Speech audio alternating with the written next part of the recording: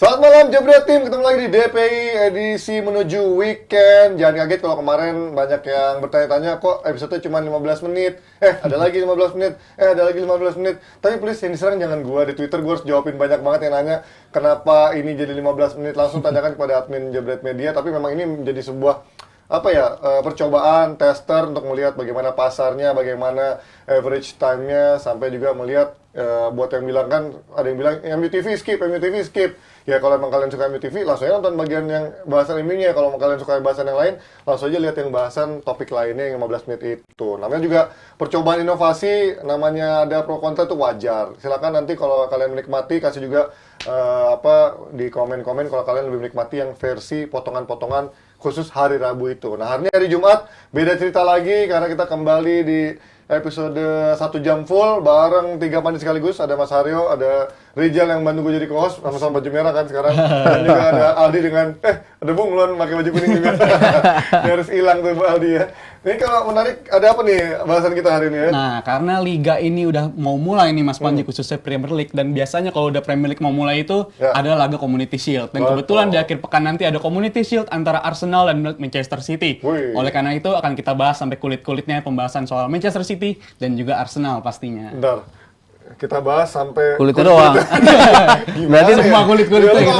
Gua cuma kulit-kulitnya doang. Dalamnya nggak dibahas ya. Sampai daging-dagingnya. Emang kulitnya aja. Aduh, kalau makan bengkoang cuma makan kulitnya doang yang jelek gitu kan. Tapi kalau ngomongin bagaimana persiapan kedua tim ini kan masih bursa transfer masih cukup panjang ya. Sampai akhir bulan kedua tim ini kelihatannya masih juga belum selesai di bisnis transfernya. Arsenal walaupun dapetin banyak pemain, tapi kelihatannya masih ada isyarat dia kemungkinan akan menjual, termasuk juga kemungkinan mendatangkan striker karena Gasus cedera, Balogun juga kemungkinan dilepas, dan Ngertiang atau nasibnya gimana. Kalau melihat City sendiri, akhirnya setelah panjang kali lebar, kali tinggi, Guardiola diisukan akan memecahkan rekor transfer sebagai back. Nyatanya kemarin isu terakhir di bawah harganya Maguire. Ini update-nya sejauh mana nih Mas Aryo? Mereka ingin tetap Maguire yang termahal.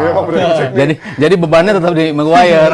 Bebannya biar Maguire aja ya. Ya walaupun Leipzig-nya kan pengennya 100 ya. 100, tapi akhirnya kayaknya di 88 atau ya 77 jadinya, 77 kalau pound sterling ya. Kalau di Euro-nya kan 90 ya. Iya, kalau si Maguire kan 80 ya. 80-an pound sekitar 90-an.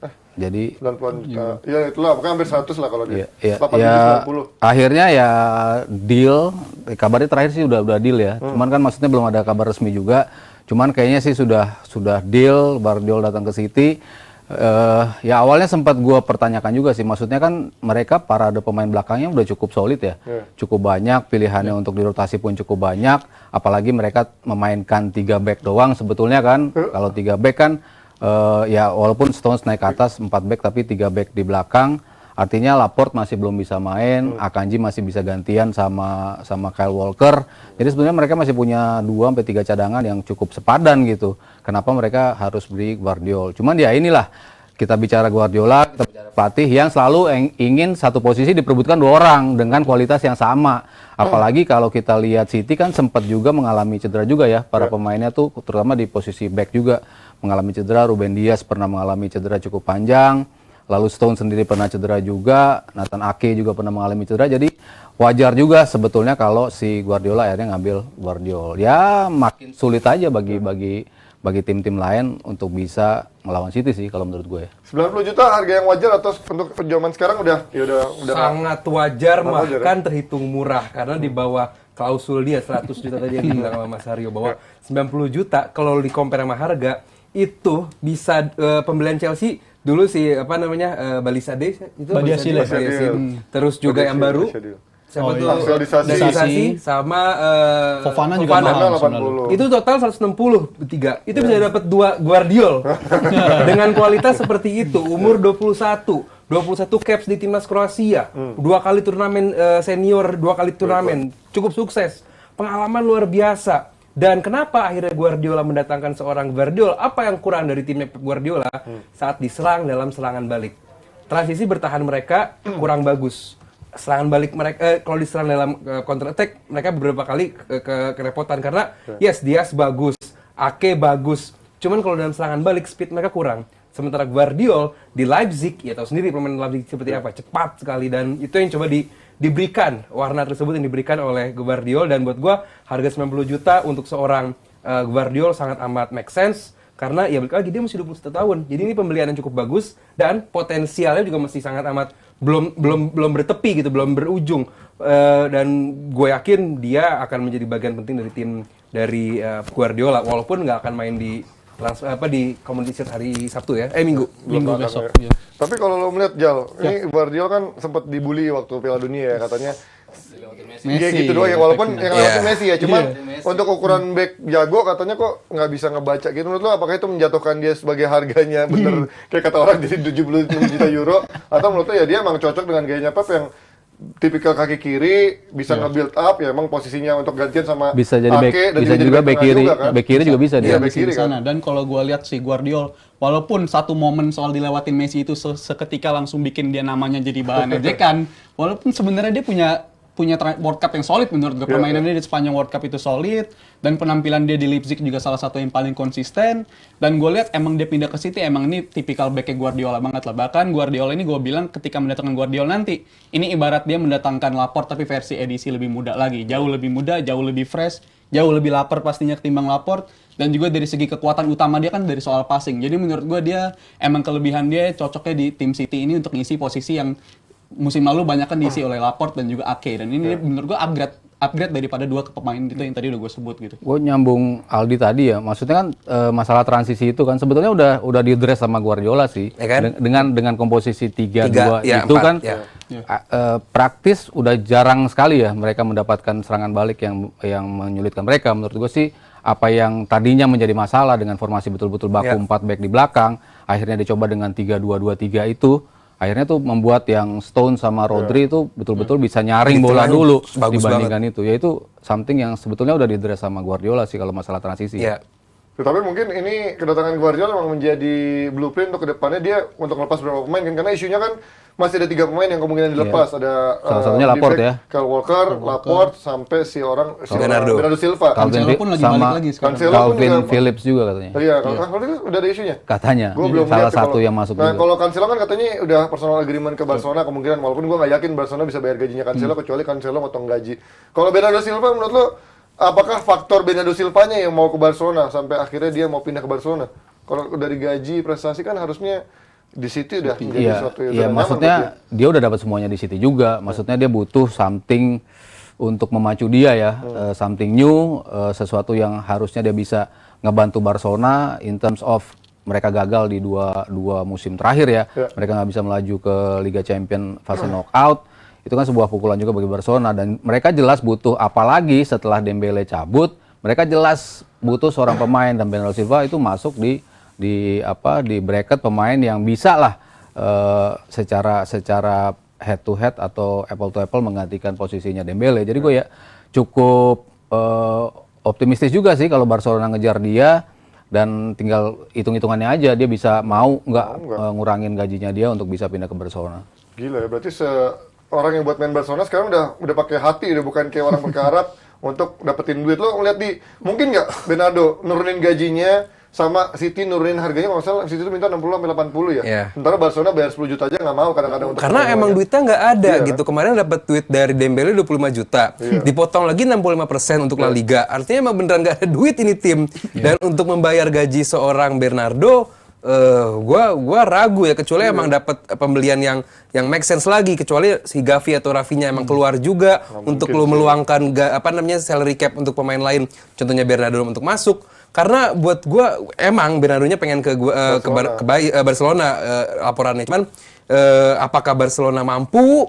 Gue belum yakin, Ji. Gue belum yakin karena Ya, apalagi kalau Cancelo juga jadi datang ya. Karena Cancelo juga sama gajinya kan. besar gitu. Artinya bahwa dua pemain dari City ini gajinya nggak main-main gitu.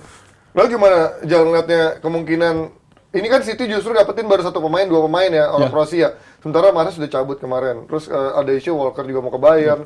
Laporte gue nggak jelas kemana, terus si Bernardo Silva juga mau Barcelona.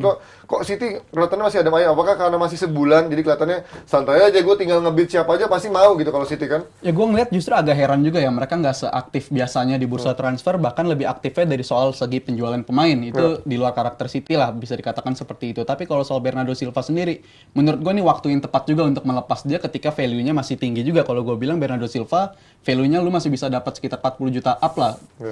Setimpal dengan harga lu beli dia, itu suatu keuntungan juga bagi City, dan apabila mereka bisa melakukan itu, menurut gue ya the time is now bagi City untuk bisa Tapi melakukan kan di kanan itu. belum ada siapa-siapa. Paling Foden nanti. Iya, bisa Sama digeser McAtee. Foden. Mungkin musim ini bakal memproyeksikan McAtee untuk di posisi tersebut. McAtee pemain yang breakthrough juga musim Iya, lalu. jadi beberapa mungkin kali McAtee bagus bakal main. dinaikkan di sini. Masih jauh lah buat gantiin kualitas. Tapi ini Pep Guardiola, Rico Lewis juga kita bilang masih jauh juga, cuman dimainkan sama Pep Guardiola. Tapi dicadangin lagi abis itu pas sudah dapat posisinya kan, Iya, udah iya. pernah main lagi dia abis itu. Tapi gue juga bertanya-tanya, gue mungkin ke Mas Aryo dulu pertanyaan gue. City kan kemungkinan Cancelo juga bakal cabut.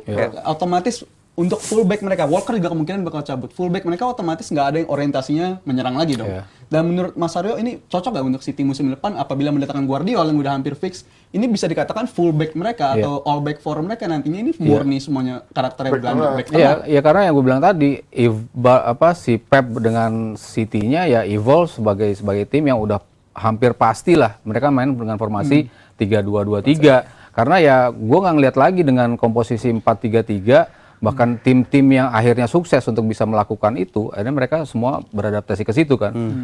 Yang terutama yang mainnya cukup progresif lah ya. Kita bicara Liverpool, kita bicara Arsenal, mereka kan mainnya dengan komposisi seperti itu. Dan gue rasa kalau kemarin serangan-serangan atau 2 sampai 3 musim terakhir, serangan-serangan tuh emang banyak lewat sayap, terutama yang diperlihatkan oleh Liverpool dengan wingback yang luar biasa.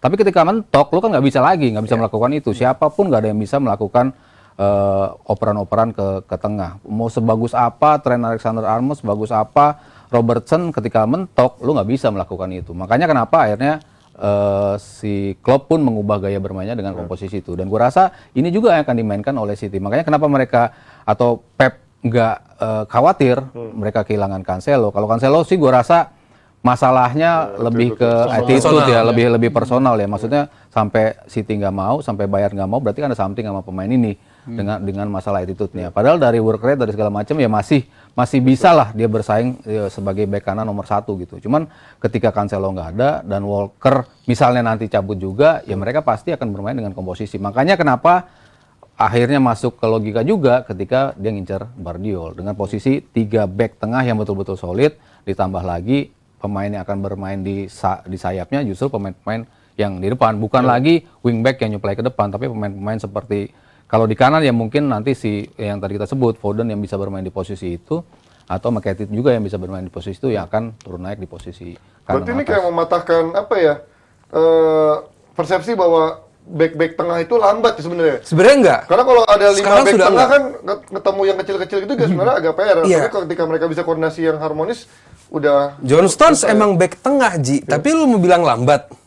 Enggak dong. juga. Passingnya Ruben Dias bagus, juga speednya bagus. Ini modern sekali. Ini udah bukan back-back boyo kayak Maguire gitu yang lambat-lambat. Ini udah back-back yang kelasnya udah beda lagi, cepet-cepet sekali mereka. Dan Guardiola kalau dibilang kita cap sebagai back yang defense minded, sangat enggak.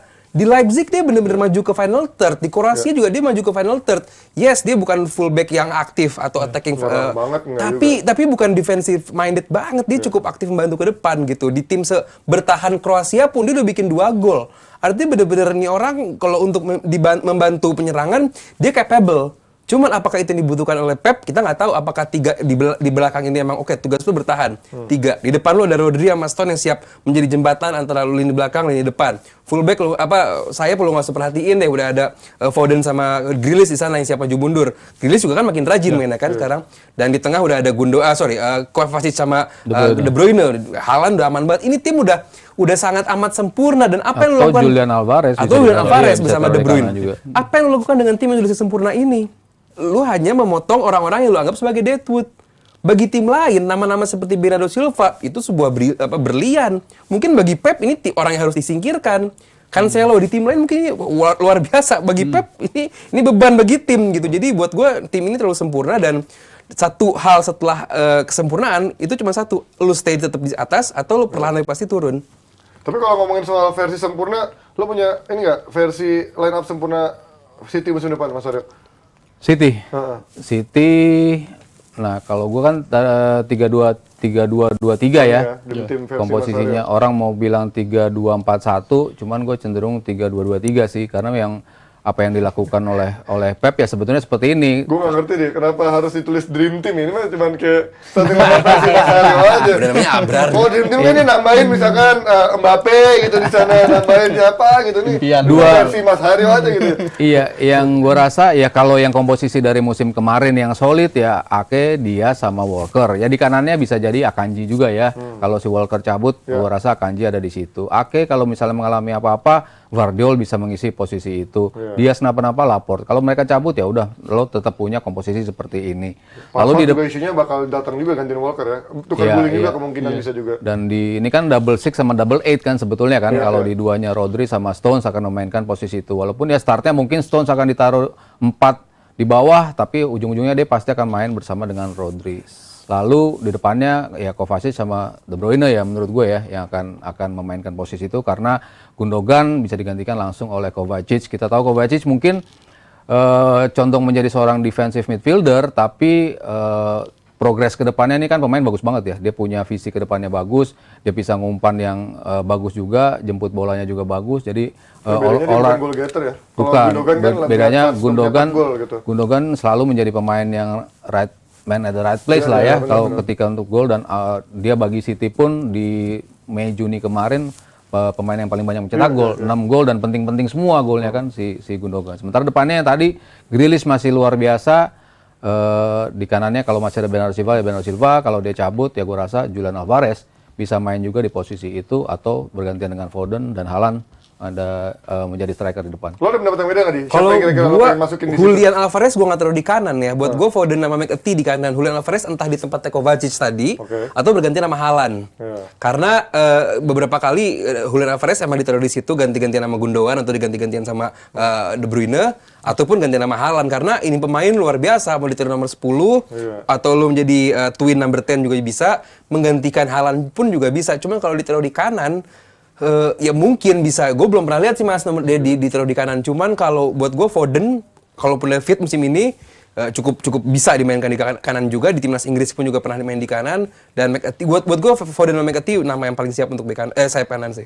Oke, lanjut Jal. Oke, nah ini gue ada pertanyaan lanjutan nih. Iya. Mungkin mulai dari Mas Aldi dulu. Oh iya, siap. Gue ngeliat kan ada yang biasanya buat pelatih itu third season syndrome, atau biasanya di musim ketiga dia akan downwards gitu. Katakanlah Mourinho, katakanlah berlaku juga buat Ancelotti, dan Keempat lah biasanya justru. itu biasanya downwards ya setelah itu. Setelah mereka tiga, Dari keempat kesempurnaan Itu terus turun. Nah, itu kan biasanya terjadi ke pelatih-pelatih yang tadi gue sebutin tuh, pelatih-pelatih hebat tapi tetap bisa kejadian juga. Dan ini kalau menurut lo di Pep ini kemungkinan akan berlaku nggak? Karena dari pesaingnya sendiri, Klopp udah kita tahu dia udah berlama di Liverpool, formulanya bermusim-musim berjalan sukses, tapi seketika musim lalu drop. Apakah itu ada kemungkinan akan terjadi bagi City dan Pep Guardiola untuk musim depan? Era pertama kan zamannya Aguero. Ya. Era kedua zamannya Fernandinho, David Silva. Sekarang ini era ketiga nih, baru transisi ke era terbarunya gitu. Eranya Haaland, eranya Julian Alvarez gitu. Dan kalaupun Rizal berharap Pep turun musim depan, gue aminkan. Ini nih. Gue aminkan. Cuman balik lagi tentu Bagus musim buat semua. Semua senang. semua senang ya kan. Tapi musim ini tentu ada banyak hal yang baru. Lini belakang hal yang baru. Tanpa seorang Gundogan, pemain yang udah lama di City, benar-benar menjadi menjadi sosok gitu loh. Menjadi DMF bisa, menjadi midfielder bisa, nomor 10 bisa, untuk menghalau serangan bisa, mencetak gol juga sering banget. Terus tanpa pemain-pemain mungkin tanpa Mahrez juga, pemain yang bisa menjadi penalty taker juga kan.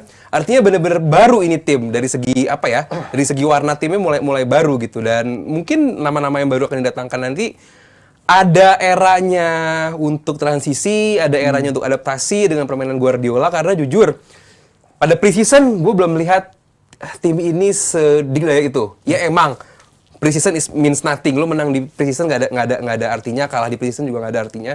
Cuman gue belum melihat tim ini sesiap itu atau selevel City di dua era sebelumnya, era Aguero atau eranya Fernandinho dan eranya si musim lalu saat treble. Cuman gue harap dengan warna baru, Rodri, Stones dan juga Gundogan sama De Bruyne sama Kovacic, gue harap ini bisa menjadi jawaban yang bagus sih. Tapi kalau gue lihat juga, ini apakah ini faktor Guardiolanya Mas ketika dia bisa mendatangkan pemain di waktu yang tepat, ataupun dia juga tahu kapan harus menjual pemain di waktu yang tepat? Apakah itu salah satu faktor kenapa Guardiola ini bisa tetap bikin tim yang lapar terus, kayak nggak kehilangan gairah gitu? Ya, kalau kita lihat Guardiola, sebetulnya di eranya di Dream Team-nya di Barcelona kan, kalau kita lihat kan dia juga seperti itu kan. 3 musim pertama luar biasa, 2 Liga Champion, 3 berturut-turut La Liga. Cuman di musim keempat, ketika si Mourinho masuk, dia akhirnya ketinggalan 8 poin kalau nggak salah. Jadi emang musim keempatnya, dia ngaku sendiri, gue udah nggak bisa motivate pemain-pemain gue. Gue nggak bisa memaksa pemain-pemain gue. Kenapa lo ngantuk? Enggak. Minum dulu deh, minum Kopi dulu. Pak Haji. Kalau ngelihat si Dengar suaranya kayak dongeng ya. Enak banget kayak bapak-bapak gitu. Iya, bijak. iya dia turun emang turun di tahun keempat. Terus kalau kita lihat di Munchen pun sebetulnya kan dia tiga berturut-turut. Dia nggak mau masuk ke musim keempat, makanya dia akhirnya pindah ke City. Dan kalau kita bandingkan dengan The Great Sir Alex kan juga seperti itu ya. Maksudnya dia musimnya kan panjang banget. Cuman kan berapa macam tim yang dia bisa build di Manchester United dengan komposisi yang sangat berbeda-beda. Cuman kalau kita pilah-pilah lagi, sebetulnya ada sindrom juga di Sir Alex. Ketika berturut-turut hat-trick 2001, 2002-nya hancur. Lalu hat-trick lagi 2009-2010-nya hancur lagi. Jadi kan sebetulnya ada juga 3 yang bagus atau 3 yang di mana mereka bisa on top, tapi musim keempat sempat turun juga. Walaupun kalau in long term-nya dia memang masih bagus gitu. Cuman kalau kita pilah-pilah bisa seperti itu. Jadi memang untuk beberapa pelatih emang bisa dilihat kalau contohnya Marcelo Bielsa 3 tahun dengan Leeds bagusnya luar biasa, tapi musim keempat hancur banget. Karena apa? Karena dia nggak ngubah poros tim, dia nggak ngubah komposisi tim, dia nggak ngubah gaya bermain tim. Udah mudah kebaca, tiap ketemu lawan siapapun udah tahu caranya gimana menaklukkan tim itu, makanya tim itu bisa decline. Nah, Guardiola kan bukan seperti itu di City. Tadi Aldi sempat bilang, ini masuk ke generasi ketiga. Tim juaranya kan beranggotakan pemain-pemain yang lain, jadi dia terlalu bisa mengajak pemain barunya untuk lapar lagi, haus lagi akan gelar, makanya kenapa dia bisa sustain seperti itu. Klopp sebetulnya dibilangnya 7 season ya. Kalau dia di Mainz seperti itu, di Dortmund pun seperti itu. Kemarin musim ke-7 di Liverpool juga hancur kan. Something radical has to be change untuk in order untuk lo bisa survive. Berubah Liverpool dengan di sepertiga musim terakhir dia merubah gaya mainnya dan dia bisa balik lagi on track. Nah, pelatih-pelatih yang punya kemampuan untuk adaptasi, untuk mengubah gaya bermain, ini akan survive. Dan Pep adalah salah satu yang the best untuk melakukan itu. Tapi gue penasaran ya, karena kan katanya Pep adalah pelatih yang tidak hanya memberikan prestasi tapi juga legacy. Gue pengen tahu ketika nanti beneran dia cabut, apakah bener tim-tim City pasca peninggalan Pep bisa berdominan kayak pas waktu ada Pep? Karena kan katanya legacy itu diturunkan harusnya dari filosofi dan juga gaya mainnya akan terus mengikuti. Karena gue nggak yakin kalau pelatih datang masuk dengan filosofi yang berbeda, itu akan terus melekat di City. Kita ngomongin soal pramusim, dari hasil pramusim sendiri kan City juga kemarin baru kalah sama Atletico Madrid. Bayangin sama Atletico Madrid, kemudian sama Munchen menang lah sama Yokohama Marinos. Kenapa? Atletico Madrid jelek? Atletico Madrid jelek? Menurut gua musim lalu menurut gua jelek kan. Karena apalagi dia belum ada pembelian yang signifikan ya, masih belum beda-beda banget. Griezmann, Korea, itu aja orang-orang ya tinggal di kilik-kilik, ayo tabrak-tabrakin, tackle-tacklein ya kan. Tapi kalau lihat apakah City-nya sendiri yang justru emang mainnya belum begitu ngotot, ditambah kemarin kan Pep belum kelihatan ngincer pemain-pemainnya karena musim lalu kan sempat ada isu Pep bilang nih kelihatannya rasa lapar pemain-pemain gue udah hilang, makanya kan sempat nurun baru akhirnya ganti formasi baru bisa naik lagi. Menurut lo apakah dia masih wait and see sambil menunggu nih pemain-pemain siapa yang dibeli untuk menyuntikkan lagi rasa lapar? Gue nggak heran kalau timnya Pep di awal musim itu struggle dan dia selalu seperti itu. 6 gelar juara bersama Barcelona, pertandingan pertama kalah sama Numancia, kalah di pertandingan pertama. Tapi habis itu di ujung musimnya juara dan juara 6-6. Community Shield kalah sama Leicester. Community Shield lagi kalah sama Liverpool. Ujung-ujungnya siapa yang juara sih? Di City juga. Walaupun Arsenal berapa pekan di atas? Paling lama sepanjang sejarah. 34. Membuka perang nih. Aduh.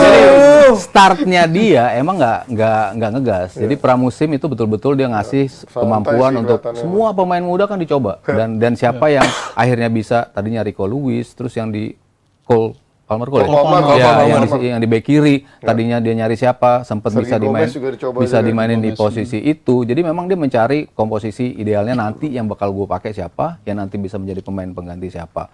Bahkan kalau di kompetisi pun dia kalah, ya nggak masalah juga, karena memang dia seperti itu. Untuk start juga nanti misalnya lambat, draw di kandang Burnley ya bisa aja gitu. Amin. Cuman di ujungnya kalau dia bisa ngebut lagi ya inilah timnya Pep seperti itu. Tapi ya ini kalau menarik kan di awal pramusim kemarin sempat ngelawan Yokohama kan.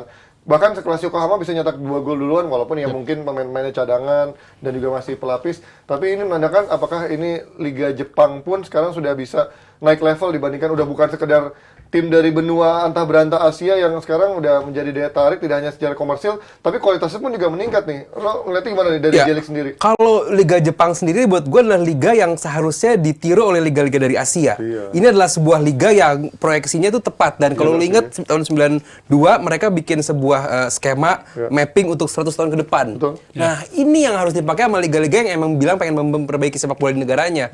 Dia benar-benar menanamkan sepak bola Brazil Brazil dulu. ke liga mereka, timnas mereka benar-benar menjiplak dan benar-benar blueprint dari Brazil dipakai ke situ. Jangan bulu lock, bukan ya? Gue pikir mau itu film. Makanya, aku salah sebut gue kan.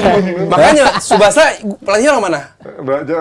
Roberto Homo ya kan? Brazil. Makanya, jadi benar-benar dan terbukti sekarang walaupun banyak pemain dari Brazil, banyak dari pemain asing, top skornya orang Jepang juga. Iya. Ya kan, pemain dari Vissel Kobe berarti benar-benar walaupun diterpa banyak, bukan diterpa ya, pemain asing. iya banyak pemain asing masuk ke J-League karena emang potensial luar biasa J-League. Tapi pemain lokal Jepang sendiri yang justru secara XG golnya paling tinggi mereka, Yuyo Asaku siapa Yuyo gitu. Asako yang pernah di Barca kan itu yang ya? pernah di Barca juga. Iya kan? Dan itu benar-benar luar biasa dengan banyaknya pemain Brazil, pemain Eropa. Tapi pemain lokal mereka masih bagus. So kelihatan bahwa mapping mereka tuh dari sekolah sampai ke kuliah itu tuh benar-benar bagus. Dan kemarin juga waktu City menghadapi Yokohama ada mantan pemain Arsenal, Ryo Miyaichi gitu artinya. Jadi benar-benar nama-nama pemain itu bukan sekedar pemain yang nggak kepake di luar, tapi benar-benar pemain yang pernah main di liga-liga Premier League, Bundesliga khususnya karena Dan di paling Bundesliga banyak sih Bundesliga banyak ya, banget sama karena banyak izin Jepang. bermain di sana cukup mudah. Jepang sama Korea Dan tuh artinya saat mereka balik lagi ke Jepang, mereka benar-benar menunjukkan kualitasnya gitu. Dan efek dari liganya yang bagus juga, kita ngeliat efek sensasional Jepang juga di World Cup Oh jadi terakhir maksud lu kemarin. liga mana yang nggak bagus dan Oh, timnas ini kok kita? dikaitin begitu sih, bahaya jadinya nih. Udah mulai berani dijauh. Tapi efeknya begitu kita lihat, ketika liga kompetisi lokalnya sesehat itu, akhirnya mereka menyiptain sensasional di World Cup Iya. Qatar kemarin. Dan kalau gue lihat juga dari J-League-nya khususnya ini, gue lihat ada tim-tim yang perkembangan itu pesat banget gitu. Kayak contoh Vissel Kobe sang pemuncak klasemen sekarang itu musim lalu deretan papan bawah gitu. Ketika mereka nggak bukan pembelian pemain yang didatangkan, bukan pembelian pemain yang sensasional banget, bukan marquee signing banget, tapi bisa mengangkat tim ini bisa langsung terjun di papan atas. Jadi gue ngeliat J-League ini secara persaingan ketat banget dan ini Urawa menunjukkan Red persaingan yang Dan sehat banget. dan kalau lu perhatiin, lu buka tabelnya, Iya. setiap tim itu pernah juara. Iya, Artinya kompetitif. bener-bener ngerata gitu. Dari 1 sampai 20 itu bener-bener Kompetitif rata, semua banget kompetitif jadinya banget, liga ini panas. jadinya. Ya walaupun pemain asingnya bukan pemain kelas 1 ya. Maksudnya mereka bermain di timnas tapi rata-rata main di timnasnya sampai U23. Iya. Jadi timnas junior mereka bermain sampai timnas U23 lalu mereka nggak sampai ke timnas senior tapi mainnya di Liga Jepang. Jadi memang Lu pernah dikirim ke Jepang nggak Mas? Lihat, Pernah. pernah kan dari bola kan? Iya, iya. Ngapain tuh? Studi banding apa gimana? dulu Jubilo Iwata waktu itu kan menjadi juara. Oh, Gue iya, keren. diundang sama Jubilo Iwata waktu itu tim pertama yang bisa juara di kan mereka tadinya dua leg ya. Iya. Satu leg lalu leg duanya. Dia juara di dua legnya. Tadinya kan juara leg 1 lawan juara leg 2 ketemu di Emperor's Cup menjadi juaranya. Tapi ini enggak, kemarin pas itu dibuat 2 leg, dua-duanya yang juara Jubilo Iwata. Nah, menyinggung apa yang ada di J-League sekarang, justru gue ngelihatnya ini sebagai sebuah liga yang betul-betul matangin pemain Jepangnya. Karena kalau kita lihat di timnas Jepang sekarang, pemain J-League itu cuma 4, sisanya main di Eropa, semuanya main di Eropa semua. Jadi pemain-pemain yang akan mengisi slot 4 orang ini, semuanya ada di J-League tuh, Iya, semuanya saling bersaing. Dan kalau kita lihat ya Cerezo Osaka bisa ngalahin Paris Saint-Germain 3-2. Lalu Kawasaki Frontale cuman kalah 1-0 lawan Bayern Munchen. Terus tadi Yokohama Marinos 3-2. 5-3 terakhir. 5-3 lawan Manchester City. Sebetulnya tim-tim ini ngelawan dan mereka emang semuanya punya kemampuan untuk apa ya mainnya agresifnya tinggi. ngerebut bola keduanya tinggi ya sebagai sebuah syarat di sepak bola zaman sekarang. Who's winning the second ball itu tim yang akan bisa menguasai permainan. J-League hampir semua timnya melakukan itu. Jadi emang matang banget dari sisi tadi Aldi bilang konsep 100 tahun itu berjalan walaupun ujungnya pemain-pemain bagusnya pindah ke klub-klub Eropa, tapi di dalam J-League-nya sendiri itu masih bersaing. Makanya kenapa tadi Aldi juga bilang juara-juaranya berbeda dan pemain-pemain yang mengisi papan atas top scorer itu banyak pemain lokalnya ya karena mereka betul-betul bersaing luar biasa dari sisi permainan ya. Tapi kalau ngeliat daripada kekuatannya sekarang, apakah kayak di liga lain kan udah ada yang kayak Big Five-nya yang mendominasi gitu. Kalau di Jepang nih apakah memang selalu berganti atau emang ada tim-tim besar yang selalu juga mendominasi kayak Big Six, Big Five gitu? Ya kayak dulu zamannya Wenger, Nagoya Grampus. Ya, Grampus. Terus Kawasaki Frontal ganti-gantian sih Ji. Oh, dulu beda iya, ya, ganti-gantian. beda ini ya? Iya, dulu Osaka FC sekarang jadi Ganti nama. Iya, ganti nama juga. Artinya bahwa tim ini ganti-ganti terus jagoannya Ji, dan buat sekarang ya Yokohama sama si Vissel Kobe yang menjadi karena beda poin juga kan, 1 poin doang di Dulu Jaguar. kan jagoan utamanya kan Kawasaki Verdy ya, Tokyo Verdy. Tokyo Sekarang Verdy, Tokyo Verdy ada di Liga 2, di Liga 2-nya mereka gitu. Artinya kan Perputarannya. sedinamis itu klub-klubnya di sana, persiapannya luar biasa, kualitasnya juga luar biasa. Makanya juara-juaranya yang kayak tadi Kawasaki Frontal di awal pembuatan J-League itu 92 itu kan? juga nggak masuk juga Kawasaki sebetulnya. Tapi akhirnya mereka bisa masuk. Series Osaka juga termasuk tim yang baru. Awalnya Gamba Osaka yang pionirnya dan yang bisa juara di Asia juga. Urawa Reds itu salah satu dulu, Urawa Red Diamonds ya namanya. Terus awalnya Kashima Antlers dulu di era itu juga luar biasa. Jadi emang ada perubahan. Jubilo Wata, Shimizu S-Pulse dua-duanya sekarang ada di J2. Dari abis naik akhirnya mereka harus degradasi. Jadi emang tim-tim yang bagus, tim-tim yang settle belum tentu juga mereka akan bisa bertahan di atas karena dengan permainan yang stabil dan juga persaingan yang begitu ketat, semuanya bisa saling terdegradasi dan bisa menjadi juara dan bisa lolos ke Asianya cukup jauh ya. Sebagai informasi kan, J-League ini kan biasanya menganut sistem kalender timeline-nya dari satu kalender full Iya, 1 tahun, Maret sampai Januari Desember. sampai Desember. Sementara dia katanya akan mengadaptasi untuk kalender Eropa, jadi mungkin biar lebih inline nih dengan sepak bola Eropa. Beda sama yang kalendernya bisa geser terus ya, nggak jelas. Mana Ji itu Ji? Justru nyesuain, Senggol lagi. justru nyesuain mana yang pas ini kita Iya, geser. tapi timnas Lu balas dong. Udah mulai berani. Udah mulai berani. Maksudnya bisa pas sama sponsor sama perizinan. Pasnya tapi gitu. nggak pas sama timnas. Oh, lagi bahas Kepulauan Faru kan? Nah itu. Tapi kalau ngomongin soal pas-pasan nih, ngomongin Arsenal nih, gimana sih? Lo ngeliat Gue apa nih? skuadnya Arsenal sekarang kan dengan banyaknya pemain datang, tapi masih banyak yang bilang kurang strikernya ngepas Iya. dibandingin sama City yang punya Alvarez dan juga Haaland. Garces kemarin cedera. Iya. Terus juga Balogun kayaknya Arteta masih Cabut. antipati, belum ngasih kesempatan. Iya. Hanya Nketiah yang katanya udah siap memberikan segalanya. Lo merasa ini chance seperti apa ya? Apakah Havertz akan naik menjadi striker atau Itu bisa, cuman gue ragu karena di Kapten tengah. siapa? Ketia. Katia, balon Monaco kemarin. Oh, gua kira nanti jadi kapten. Gila. Emirates Cup kaptennya Katia loh, Super Eddie. Dan ya jelas Ji, nomor 9 bener-bener PR banget, penting banget buat Arsenal. Apalagi kalau emang Arsenal pengen head to headnya sama City gitu. Arsenal sama City head to head jauh gitu loh. Lu mau lihat dari sisi pemain mana yang mungkin lebih unggul dibandingkan City? Mungkin bukan Saka doang. Merendah. Lo bukan, cuman bener kiper, back tengah, depan, sayap kiri semuanya menang City. Sayap kanan yang menang Arsenal. Cuman iyalah, Foden sama Bukayo Saka bagusan Bukayo Saka lah kalau untuk sayap kanan. itu gua masih Iyalah, cuman balik lagi ini liga gitu, dan kalau mungkin Arsenal bakal kalah lagi di 2 pertemuan di menghadapi City nanti. Pertama kan masih Januari. Artinya mungkin kalah, cuman ini liga panjang. Lu boleh kalah sama City 2 kali. Apakah kemarin di liga kemarin Arsenal gagal juara gara-gara karena City? Bukan juga kan, karena Arsenal sendiri, Liverpool. Iya, Salah gara-gara satu pukulan telaknya City juga sih 4-1 itu kan. kalaupun kalah di City itu, Arsenal tapi menang di 3 game yang harusnya Arsenal menangkan, still win the game gitu loh. Win the championship ya. Iya, win the championship gitu loh. Terus. Nggak apa-apa, namanya juga Loh, usaha iya, kan. makanya cuman ya kalau nomor 9 masih PR apa bukan itu PR banget, dan gua nggak ngerti kenapa harus senunggu itu lu mencari seorang nomor 9 baru. Kita sadar, kalaupun Gabriel Jesus fit, dia bukan seorang goal getter. Dan kemarin waktu di Liga Jalan, Gapsus cedera, loh kok malah lebih banyak golnya nih nggak ada Gapsus gitu kan? Pergerakan dari Martinelli, Trossard sejak masuk. Nketiah juga Iya, tuh. Nketiah 4 Bukan gol, ruangnya. 4 gol doang ya, bukan nggak menjawab banget. Wah kalau bukan ruangnya boleh gitu. Cuman tetap tim ini butuh seorang striker Iya. at least yang bisa bikin 20 gol 20 gitu. gol, iya. Saingan lu tuh orang Haaland yang bikin 30 gol gol. 30-40 gol semusim gitu loh. Lu mau gimana? Cuman emang kita nggak bisa lah kita bersaing dengan Haaland apple to apple, even Højlund pun belum tentu bisa. Dan cuman paling nggak jadi carilah seorang striker yang benar-benar bikin 20 gol semusim tuh udah biasa gitu loh. Rashford aja nggak bisa nyetak 20 gol semusim di Liga ya. Di Liga bukan ya? Oh iya. 17 gol belum pernah dia nyetak 20 gol semusim, orang pada bilang nggak bisa Nji. Itu totalin semua kompetisi. Kalau di Liga dia belum pernah. Susah. Lautaro aja baru tahun lalu inget gue baru bisa nyetak 21 gol, sebelumnya tuh di bawah 20. Di Serie A lagi? Serie A. Ya Allah.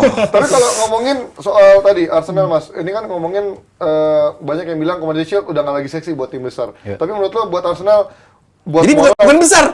buat Community Shield bukan ajang besar kan? Tapi Iya, buat bukan. Arsenal adalah ajang yang penting buat naikin moral nggak sih? Oh, Karena iya, menang City berarti statement yang sangat tegas, mereka benar-benar title contender buat City musim ini. Ya, walaupun ya tadi gue bilang ya, City kalah sama Leicester, Ya, City nggak kalah ngaruh sama ya Liverpool, sebenarnya. nggak ngaruh juga sebetulnya. Tapi ya tetap aja kan di sini karena namanya Community Shield, jadi seolah-olah nggak penting gitu kan. Padahal tuh kan kalau di luar kan Super Cup ya, jatuhnya kan Super Cup Iya, ya. iya. Super Copa lah, mau apa? Namanya nggak seksi sih, komunitas ya. Iya, nggak jadi menarik. kan kayak curtain raiser doang gitu. Padahal sih sebetulnya bergengsi juga gitu. Maksudnya bragging powernya juga sebetulnya ada di laga ini. Jadi kalaupun Arsenal ngincer kemenangan, ya gue lebih melihat kemungkinan besar Arsenal justru bisa mencuri. Berkaca pada apa yang terjadi sama City sendiri ya di awal-awal kompetisi yang gue Telat bilang panas dia, dia telat panas seperti itu, amat mungkin Arsenal bisa manfaatin ini untuk bisa memenangi pertandingan. Jadi gue rasa penting bagi ya lo tetap dapat silverware di awal sebuah kompetisi.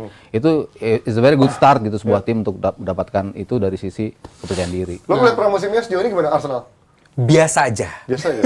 Nggak begitu banyak yang berbeda dari bandingan musim lalu. Ada Declan Rice, ya, ada Timber di belakang. Declan masih belum nyetel Iya, banget ya. jadi belum yang segitu signifikan perbedaannya. Dan kalau tadi Mas Heru bilang Community Shield ini ya buat Arsenal penting mereka untuk bikin statement, buat City juga penting. Mereka target punya 6 piala nih satu kalender tahun.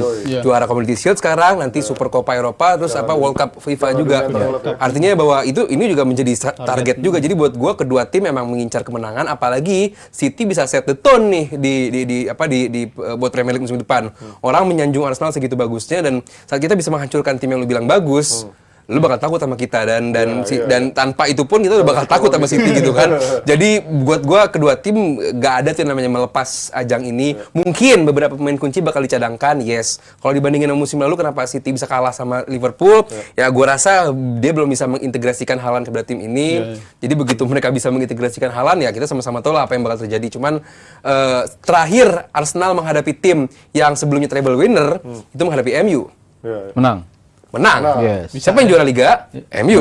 Jadi mungkin kejadian tahun ini juga. Ya, menang aja ya. City treble, ketemu Arsenal menang Community Shield. Yang juara Liga siapa? City lagi. jadi ini mungkin kejadian. Ini menarik banget nih. Ini season udah mau mulai dan juga kita harus mikirin kekuatan Arsenal musim depan akan seperti apa. Nah, ini juga ada versi line up dari si paling pakarnya Arsenal nih, dari Abrar. Kita lihat Gerak line up-nya Koci. Arsenal untuk musim depan. Gerak Koci. Wih, ini ganteng.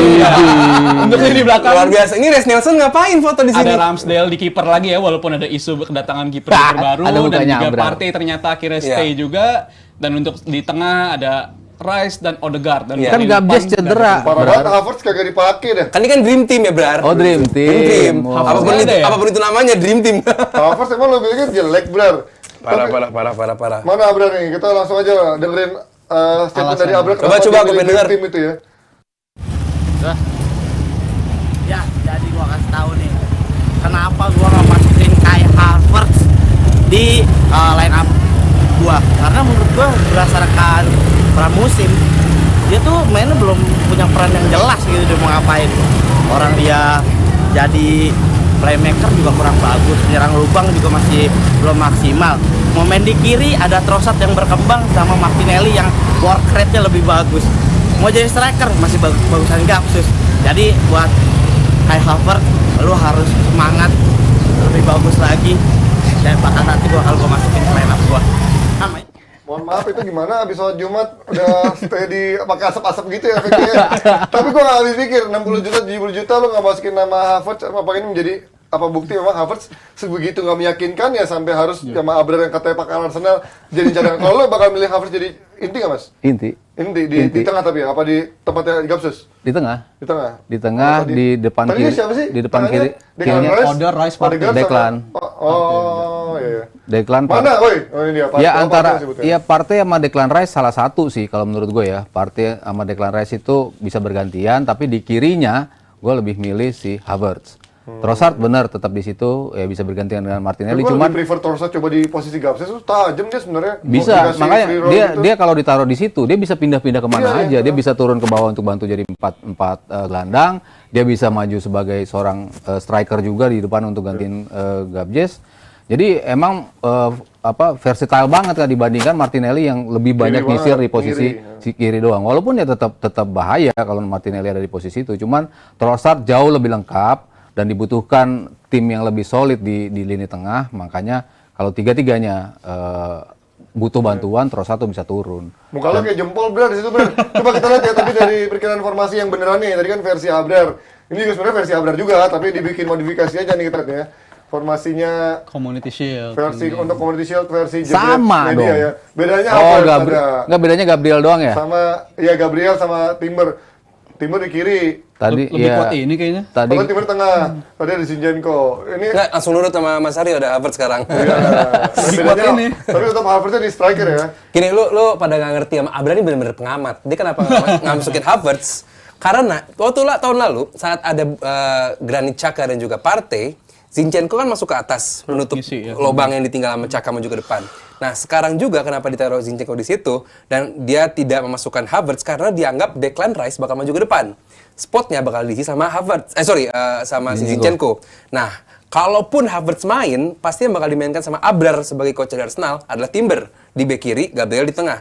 Jadi tergantung bek kirinya siapa dan tugasnya untuk apa. Kalaupun emang menjadi 3 bek nantinya, lalu 2 Zinchenko dan juga Partey, itu mungkin Havertz nggak main. Tapi kalau untuk ada 2 seorang Declan Rice dan juga Partey, pasti Havertz juga nggak akan main. Satunya Odegaard, Odegaard, Partey dan juga Declan, atau 1 Declan atau 1 Partey, Odegaard dan juga Havertz, tergantung permainannya sih mas. maksud lo Declan-nya lebih advance ke depan. Ya karena dari game kemarin itu, ya lebih ke depan. Di game menghadapi Monaco, Declan tidak bermain sebagai nomor 6, sebagai nomor 8. Ini partner ya. baru banget nih buat Declan. Di West Ham ini sebagai nomor 6. Iya. Biasa menutupi Timnas juga. Iya, di Timnas juga nomor 6.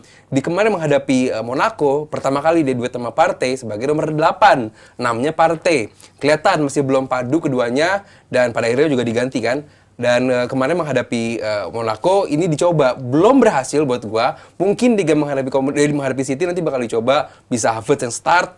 Havertz juga mungkin start nomor 9 ataupun kemarin kabar terbarunya memungkinkan juga Emil Smith Rowe bermainkan sebagai false nine. Iya, keren. Artinya bahwa ini masih mungkin dicoba karena kalau lini tengah Arsenal banyak nih opsinya. Striker. Fabio Vieira di mana? Fabio Vieira di kanan juga lumayan berhasil Mas, walaupun beberapa kali hilang bola. Tapi kalau gue lihat Arsenal dengan komposisi squad yang ada, jelas mereka lebih dalam ketimbang musim-musim sebelumnya untuk musim yang akan datang ini. Gara-gara tambahan Timber sama Declan Rice doang. Dan Havertz juga pastinya. Havertz Ini juga. juga mereka pemain yang bisa mengcover posisi versatile lah, katakanlah versatile. Tapi kehilangan Trossard peran juga. tapi kehilangan peran penting Saka loh dia. Granit. Banget Si Iya. kehilangan ini Granat. emang harus Granat jadi granit. Bom keluar. Ini posisi yang harus di adjust. Bahkan Declan Rice juga di ngeri banget bahwa Granat Xhaka. Granat Saki jadi. Bukan Granit Saki. si Rice Afram Granat. si Rice pun juga di press conference dia bilang belum terlalu nyaman dan belum terlalu paham soal dia dapat insight baru lah dari Arteta. Jadi, tapi apakah ini bisa jadi suatu hal yang positif? Banget, Dapat pasti. dikatakan Arsenal jadi unpredictable untuk soal lain apa setiap pekannya jadi unpredictable. Lini Karena kalau tengahnya. lihat musim depan, musim lalu kita lihat skuad Arsenal pekan ini mungkin pekan depan juga Itu kali lagi, itu iya. juga. Iya, Apakah karena ini salah satu senjata bagi Arteta? untuk Lebih musim depan? banyak opsi bagus. Tapi sering berganti opsi ini berbahaya. Tim yang paling bisa sering gonta-ganti Pep Guardiola, Pep Rule. Tiap pekan nggak ada yang pasti pemainnya siapa Vieira aja. kelar tuh ya. Kadang bagus, kadang enggak, ya kan somehow Dia sukses. 107 pergantian pemain. 107 pergantian pemain dalam Kemarin. satu musimnya. Bisa berhasil kalau lu punya pemain dan pelatih yang luar biasa juga. Di Arsenal mungkin nggak seperti itu. Mungkin berhasil, mungkin enggak. Dan kemarin kenapa Arsenal sampai kalah di 3 game, seri 3 game sampai akhirnya disalip sama City? Karena tim utamanya itu cedera dan drop banget. kita lihatlah sejak kalah kehilangan Saliba. Saliba. di Sporting, lini belakangnya berharap dengan Kiwior dan juga seorang Rob Holding Holding, sih yang- ini lumayan capek. Jadi kalau soal lini tengah dan lini depan sebenarnya Arsenal nggak begitu bermasalah, lini belakang waktu kemarin. Dan Ramsdale pun ya sampai akhir sekarang mengincar Raya, gue suka sama Ramsdale, cuma beberapa kali errornya lumayan fatal Costly gitu, ya. costly banget. That's why sekarang mengincar kiper baru. Cuma buat gue masih PR utamanya bukan di tengah. Tengah udah cukup nih buat gue. Masih ada Smith Rowe, masih ada pemain-pemain yang musim lalu nggak dimainkan, musim ini mungkin bisa menjadi jawaban. Nomor 9, please Arteta, nomor 9 datangkan Cuman siapapun tengah, itu. komposisi ideal tengah itu kan juga penting. Penting, cuma untuk udah cukup. untuk mendapatkan 3 starter utama itu kan penting. Iya. Ya itu yang menjadi kesuksesan Arteta kemarin ya karena dia punya 3 Iya. utama dulu. Iya. Justru dia mendapatkan starting 11 bahkan Iya. yang pertama dulu. Tapi yang menjadi masalah selain lini belakang kalau di counter, Iya. tapi kan lini depan juga nggak cukup klinikal untuk bisa mencetak gol. Sangat Itu amat. yang menjadi masalah Yes. utama menurut gua dari Arsenal adalah itu. Nah, masalahnya Mas, walaupun nggak begitu klinikal, Tapi produktivitasnya lumayan ya. gitu. One of the Dia best bahkan. creating chances-nya luar biasa. Dan finishing-nya juga lumayan, Mas. Clinicalnya itu kan yang Even di Reece saat-saat Nelson pun penting. bisa mencetak gol juga, pemain yang berapa lama di cadangan pun bisa mencetak gol. Artinya jumlah ataupun di gol ini tersebar, Mas. Cuman kalau kebobolan kan pemainnya itu aja tuh yang di depan gawang Ramsdale gitu kan. Saat cedera ya kelihatan banget, dihukum banget sama lawan gitu. Jadi gua harap di musim ini bisa lebih padu lini tengah, lini belakang, dan kalaupun cadangannya main, jomplangnya tuh nggak kelihatan banget, Mas. That's why pemain-pemain kayak Timber didatangkan karena berharap ya jangan Holding lah yang dimainkan kalaupun sampai cedera gitu. Pilihan terakhir gitu, Tomiyasu di kanan juga kemarin dicoba di kiri juga karena berharap kalaupun nanti di lini tengah back tengahnya cedera, Timber masuk ke tengah, back kiri dan back kanan udah siap gitu. Jadi jangan sampai lini pemain kedua ini benar-benar drop kayak musim lalu lah gitu. Dan berkaca dari match terakhir lawan Monaco kemarin kan kita semua expect Timber akan didatangkan ngisi posisi back tengah atau back kanan, tapi justru kemarin dimainkan sebagai back kiri. Iya. Jadi menurut gue ini salah satu elemen of surprise yang emang disiapin sama Arteta untuk menjalani musim yang akan datang, dan bisa jadi karena di in game pun kemarin Timber nggak seterusnya main di sisi kiri terus. Beberapa kali dia switch sama Tomiyasu, bahkan Kiwior juga bisa ngisi ke sana. Jadi kalau untuk lini belakang gue ngerasa ya ini mungkin salah satu master plan juga dari seorang Arteta untuk bisa makemin 4 back di belakang dengan orientasi yang sama, sama-sama sebagai center back, tapi juga punya kekuatan dalam megang bola, dan itu menurut gue salah satu keunggulan karena mereka udah bisa mengupgrade yang menjadi masalah di musim lalu gitu. Kalau Havertz itu di pramusim main berapa kali? Main Di 3. awal-awal main. Main 3 kali. Gue ngeliat yang dia lawan MLS. Iya. Itu MLS, MU one main. of the best penampilan dia sih menurut gue ya. Iya. Maksudnya dia ngejel banget sama apa yang dimauin Arteta. Perpindahan posisinya, berada di posisi yang tepat saat dioper di kotak Timingnya penalti, juga, ya. timing untuk eksekusi golnya juga luar biasa. Ya walaupun lawannya MLS ya, cuman paling nggak skemanya itu udah kelihatan. Oh dia bisa nih menjadi bagian dari itu. Cuman kan lagi-lagi, lu bisa nggak konsisten di setiap pertandingannya untuk saat itu. Kalau dia bisa mendapatkan konsistensi, gua rasa ini wajib starter Havertz. Gue setuju. Dan Prediksi Community Shield? Tadi Arsenal ya? Karena di awal-awal Gua- panas City. Iya, gue kayaknya Arsenal sih, lebih ke Arsenal. Walaupun under Pep ya, setelah pertemuan Arsenal dengan City under Pep 19 kali. Iya. Pep menang 16 kali. Buset. Cuman seri sekali, Banyak banget. kalah 2 kali. Tapi kalah 2 kali, dua-duanya di Wembley. Oke, ini Jadi juga. ini kesempatan bagi Arsenal. dukun memang luar biasa. Luar biasa. Amin kalau gitu berarti. Oke, itu dulu nih Arsenal. Iyalah. Arsenal ya, pasti lah. Iyalah. Walaupun di Liga City. Milih mana deh tuh, milih mana Nah, deh. itu kan sejarah itu kan lawan MU kemarin. Ya Arsenal lah ya. City nih gitu loh. Ini bakal banyak gol ya kelihatan Tapi- nih ini karena Iya. dua tim ini kan sama-sama agresif, pasti akan ada. Iya, cuman saat dua tim besar ketemu ya kan tahu sendiri apa yang terjadi. Tapi Game di boring. lupa deh gue. Apa sih? Pep ngincer 6 gelar ya. Iya, setahun itu gua bilang. sih. Enggak deh, City deh. Yang bulan termasuk Home Shield. Iya dong. Iya. Super Cup. Oh iya ya. Biarpun Enggak deh, ini City deh. Pep kalau urusan gini-gini dia Kalau udah ngincer. egonya gila. Oke, jawabin aja. Oke, tadi udah bahas soal pesaing buat juara musim depan nih kayaknya City dan Arsenal. Dan kita pindah ke tim London lainnya yaitu Chelsea yang baru aja juga didapat kabar nggak bagus soal cederanya Nkunku.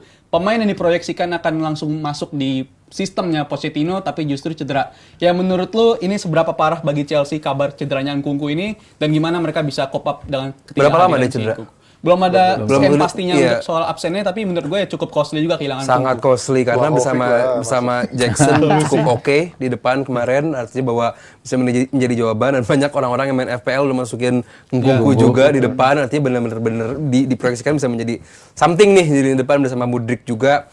Ya jelas costly karena Pochettino harus merombak lagi nih timnya yang baru, dan Nkunku ya bisa dimainkan nomor 10, bisa nomor 9 juga, kan, versatile ya. banget 11 dan juga. 11 juga. Artinya bahwa ini pemain yang bagus, dan gua berharap sebagai penikmat sepak bola jangan sampai lama-lama banget cederanya, karena balik dari cedera itu belum pasti lu langsung bisa lagi. up and running. Jadi gue berharap bisa gak lama-lama banget lah cederanya gitu. Jadi kita mengharap Nkunku yang dibeli dari musim lalu kan dibelinya kan. Jadi apa namanya bisa menjadi jawaban dari ambruknya Chelsea di musim lalu. Seberapa mungkin datengin Vlahovic, Mas? Karena kan isunya Lukaku udah pasti mau harus di-offload buat jadi tukar guling Vlahovic. Seberapa mungkin? Vlahovic tuh yang mau siapa sih? Kayaknya semua nyebut Vlahovic deh. Arsenalnya but, Arsenalnya but, Enggak, udah enggak. MU nggak ngincer. PSG. Bohong. MU mincernya Højlund 80 juta. Kalau ada yang bisa lebih mahal, kenapa? Kenapa lebih mahal? Iyalah. Vlahovic kan murah, 60-70. Ah, nggak main. Ya kan? Iya, Højlund, yang lebih yang mahal. belum jelas strategi sekalian gitu, gambling biar dibully. Nggak kenapa kalau Vlahovic Biar dibully. Nyari. Nyari engagement kan. Ya kalau Vlahovic ya kalau ngelihat nature-nya Pochettino, nature-nya Chelsea, emang mereka selalu Nomor punya 9, ya? nomor 9 yang luar biasa gitu. Kecuali Ya, dia nih- dia Tuchel kali ya yang pas Enggak, juara Liga nomor Champions 9 tuh. Chelsea jelek-jelek dari dulu. Havertz bahkan Drogba, dicoba Drogba. sama Emang bukan nomor 9 ya, menyerang nomor Bombernya. iya. Iya. Nomor 9 emang Nomor bego punggung sih. 9. Khalid Bularus. Khalid Bularus nomor jadi 9. back nomor 9. Maksudnya kan striker utama. Iya, Gitu iya, kan. iya. Selalu dia punya striker Punya, utama yes. yang sangar gitu kan. Itu Chelsea banget gitu. Sementara ya kalau kita ngelihat setelah Lukaku siapa sih? Nggak ada kan kemarin ya Aubameyang memainkan itu, tapi nggak masuk ke skema. Ya masuknya tipe kayak Vlahovic ya jelas cocok gitu. Cuman kalau misalnya sehat, Mudryk, Nico Jackson, sama Nkunku itu udah bagus banget. Belum lagi ditambah Sterling juga bisa ngisi posisi itu.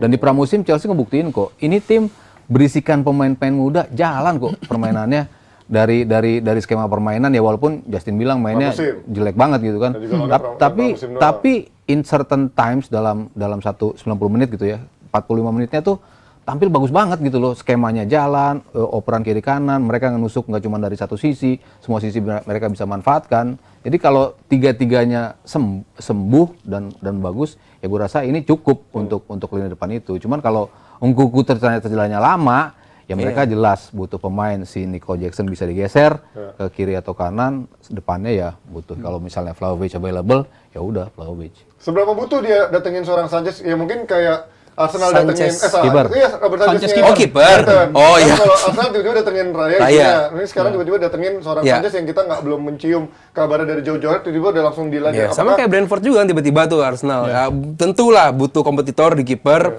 Kemarin apa namanya Apalagi Mendy Kepa cabut, ya, ya nggak ada Kepa. punya pengganti yang Mungkin Martinelli gua siapa? Sanchez sama Kepa gue start Sanchez ya.